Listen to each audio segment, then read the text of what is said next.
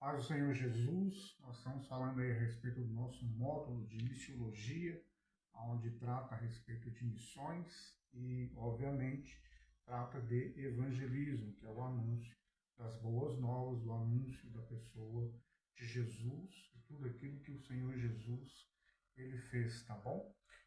Lembrando a você que quando a gente fala de missiologia e as nossas aulas procuram ser aulas práticas, a gente não pode, então, estar somente numa questão histórica ou numa questão que a gente sempre imagine que o missionário seja tão somente aquele que vá para outra nação.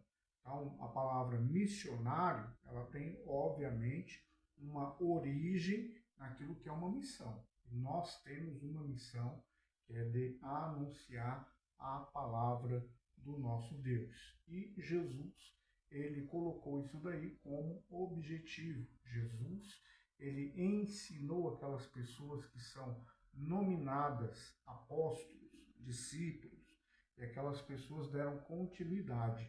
Chegou até a atualidade, justamente porque cada um que recebeu essa missão deu continuidade nessa missão. Assim como eu tenho que dar continuidade, você também tem que dar continuidade, tá bom?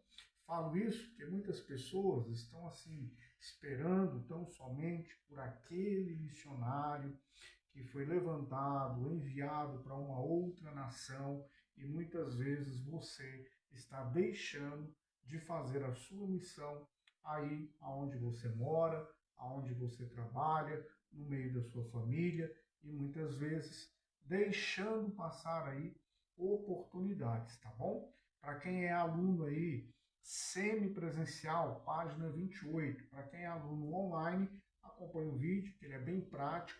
Você vai aí com a sua Bíblia ler os textos e prestar atenção no que nós vamos estar falando a respeito da aula, tá bom? Olha só, a página 28 vai falar a respeito de que as missões ali começaram com os discípulos, certo? Debaixo daquilo que Jesus falou. E a gente separou aí 3 textos que estão também na revista para quem faz semipresencial. Mateus 28, 19, Atos capítulo 1, verso 8, Lucas capítulo 24, versículo 47 e 48. E aqui, ó, eu acredito que dê para você ver aí direitinho, até para quem está tendo aí a aula 100% online, tem um gráfico aí, olha, até os confins da terra. Então, naquela época, obviamente, existia o território, que hoje é conhecido como nação brasileira, o Brasil, mas naquela época não havia ainda a nação brasileira, tá? Então, quando esses confins da terra chegou até as nossas vidas, que é justamente a palavra do nosso Deus, tá bom? E a revelação dele, que é o seu plano de salvação, a pessoa de Jesus. Sempre desde a primeira aula, eu quero enfatizar para você algo que, se a gente observar, a gente vai numa linha que ela não é difícil, tá bom? De entender. Jesus, ele ora e separa os seus discípulos. Ele separa aquelas pessoas para estar com eles, mais próximo, e ensinando as escrituras sagradas, Velho Testamento, porque não havia ali ainda uma nova aliança. Nova aliança essa, quando Jesus ele vai ali ser crucificado na cruz do Calvário, paga o preço, ressuscita. E é por isso que antes dele morrer na cruz do Calvário, ele já faz uma grande coisa ali com os discípulos. Qual é essa grande coisa que Jesus faz? Reúne com eles e ele então parte o pão, falando que é o seu corpo, e ele então pega ali um cálice e diz que é o seu sangue. E ali então ele está avisando para os discípulos que a partir dali então está ocorrendo uma nova aliança no seu corpo e no seu sangue, tá bom? Nós temos que nos atentar muitas vezes isso daí, uma questão de tempo, até para que a gente possa olhar os textos e compreender o tempo que estava ali ocorrendo. E no caso aí, esse tempo, que é chamado aí a ceia, um pouquinho antes dele ser entregue pelo traidor, e ele ali sofrer tudo que ele sofreu, até que ele possa ser ressuscitado. Depois da sua ressurreição, ele manda os discípulos ficarem em Jerusalém até que do alto fossem revestidos de poder. Esse poder vindo com o Espírito Santo. Então, todo aquele que tem o Espírito Santo, ele tem o poder de Deus para testemunhar, para falar de Jesus e cumprir a sua missão. Então, a sua missão, a minha missão, não é sozinho. Você não está sozinho. O Espírito Santo está com você.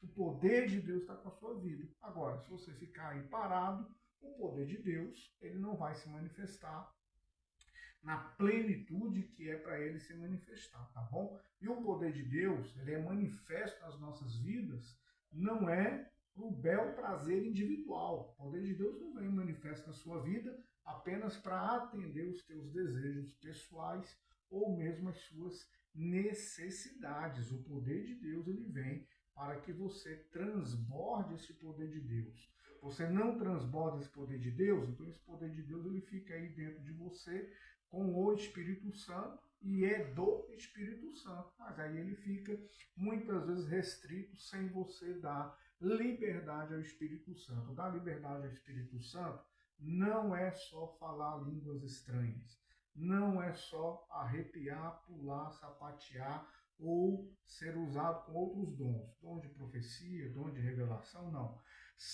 Dar liberdade para o Espírito Santo é cumprir também a missão que o nosso Pai nos deu e verbalizado pela pessoa de Jesus. E ali os discípulos, eles fizeram isso daí, tá bom? O que é que eles fizeram? Olha, eles saíram depois de Jerusalém, eles foram para a Judéia, e aí no caso, aqui está classificado como missões nacionais. Então qual é a missão nacional? Às vezes você vai para uma outra região do Brasil, às vezes você vai para uma outra cidade do Brasil.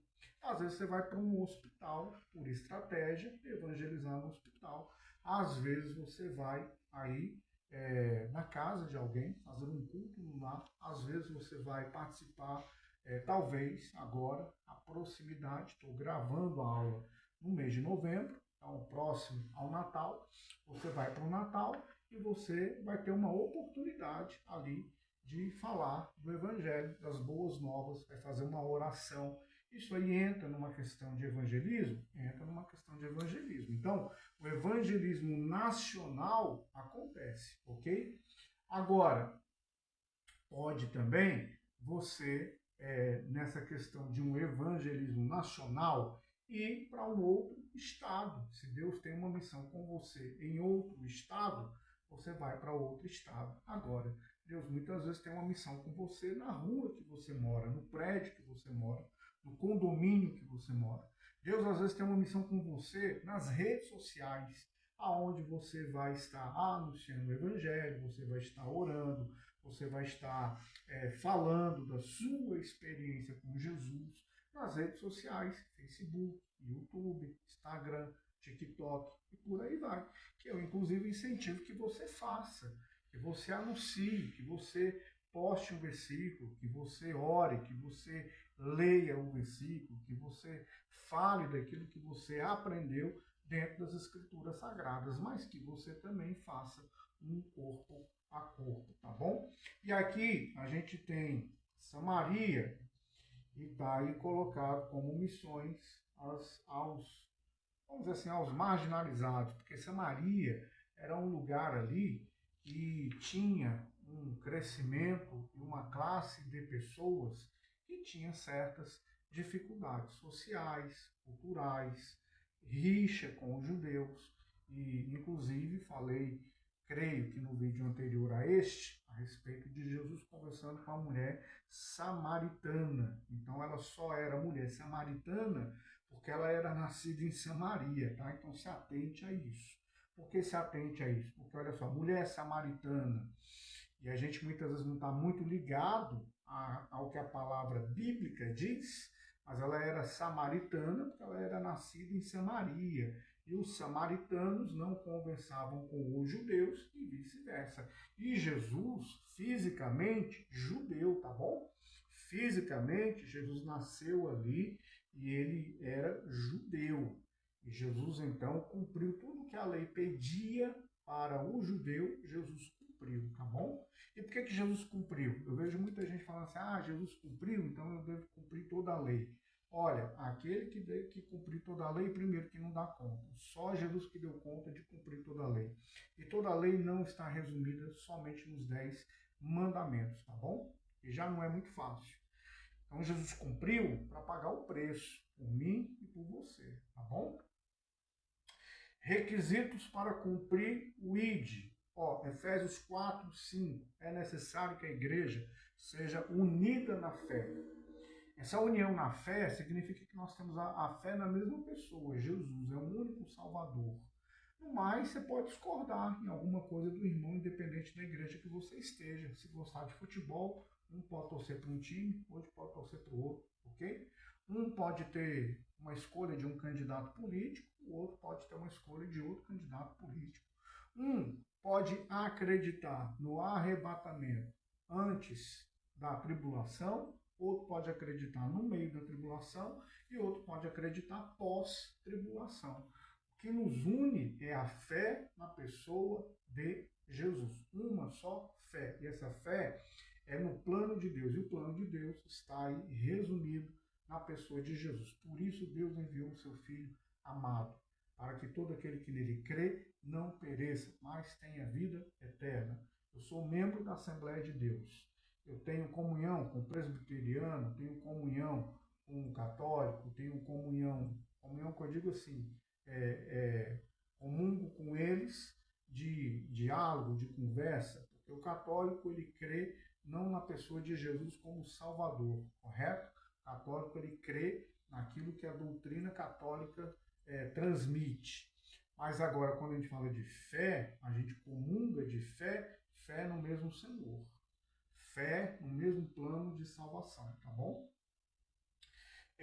Requisitos para cumprir o ID. Necessário a igreja ser unida na fé, madura na vida cotidiana. Essa maturidade, ela significa o quê? Olha, Jesus ele nos ensinou hoje, no primeiro dia, e já lançou eles na seara, e socorreu com a mulher samaritana. Ela teve um encontro com o Messias e ela já foi anunciar que ela se encontrou com o Messias. Por que isso é interessante ser falado? Primeiro, essa mulher samaritana, quando ela tem um encontro com Jesus, ela nasce de novo. A Bíblia não diz isso de forma explícita, mas aquela mulher, com estudos da época, estudos históricos, comprovam que aquela mulher teve uma mudança de vida. E na mudança de vida que ela teve, aquela mulher, ela então anunciou Jesus. Esse simples fato de anunciar Jesus, ela estava fazendo um evangelismo, ela estava anunciando boas novas. Ela chegou em Samaria e disse, olha, venham porque eu encontrei o Messias.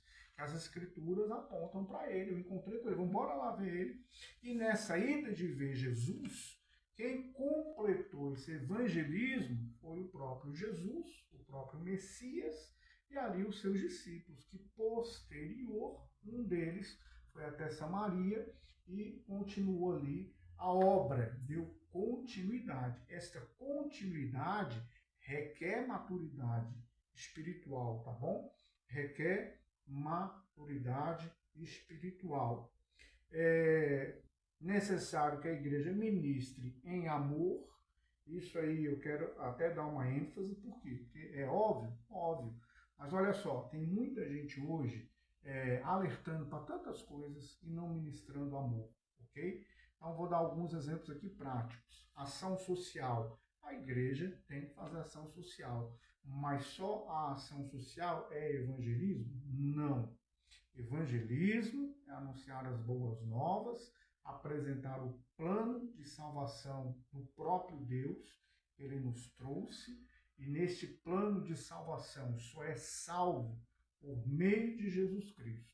A igreja deve demonstrar o seu amor por ação social? Deve cortar cabelo, deve dar cesta básica, deve dar roupa, deve ajudar os necessitados, deve fazer todo tipo de ação social, tá bom? Mas ação social não é evangelismo. E a ação social tem que ser um fruto de amor. Ação social não pode ser uma troca, não pode ser uma barganha, mas é amor.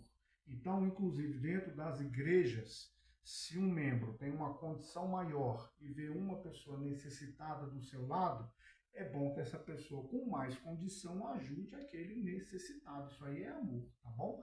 Essa historinha de que eu vou orar e que Deus lhe abençoe, sendo que Deus quer lhe usar para abençoar alguém, é melhor mudar esse vocabulário, porque aqui na aula a gente ensina o que a Bíblia diz que é, tá bom? Então, nada de jargão, nada de efeito, nada de modinha e nada de teologia furada, porque isso aí para mim, você me perdoe, mas é uma teologia furada, tá bom? A pessoa tem condição e o outro está na igreja, está passando uma necessidade, ajude essa pessoa, tá bom?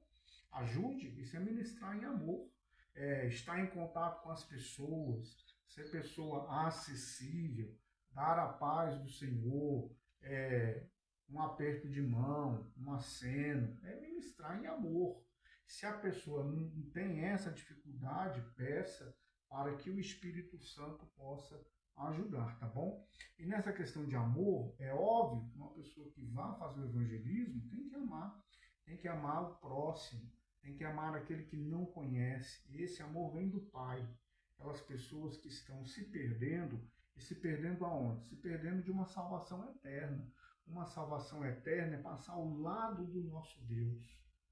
Uma pessoa não passar do lado do nosso Deus é a pior dor que existe. É a pior derrota. É a pior. Então nós temos que pensar, nós temos que orar pelas pessoas que não conhecem a Jesus, não conhecem o plano de Deus como ele é, tá bom? Recomendo que você leia Romanos capítulo 10, lê com calma, com tranquilidade. Se já leu, leia de novo, com muita calma, e você medite naquilo que você acha que está escrito em Romanos capítulo 10, tá bom? Deus te abençoe. Até o nosso próximo vídeo.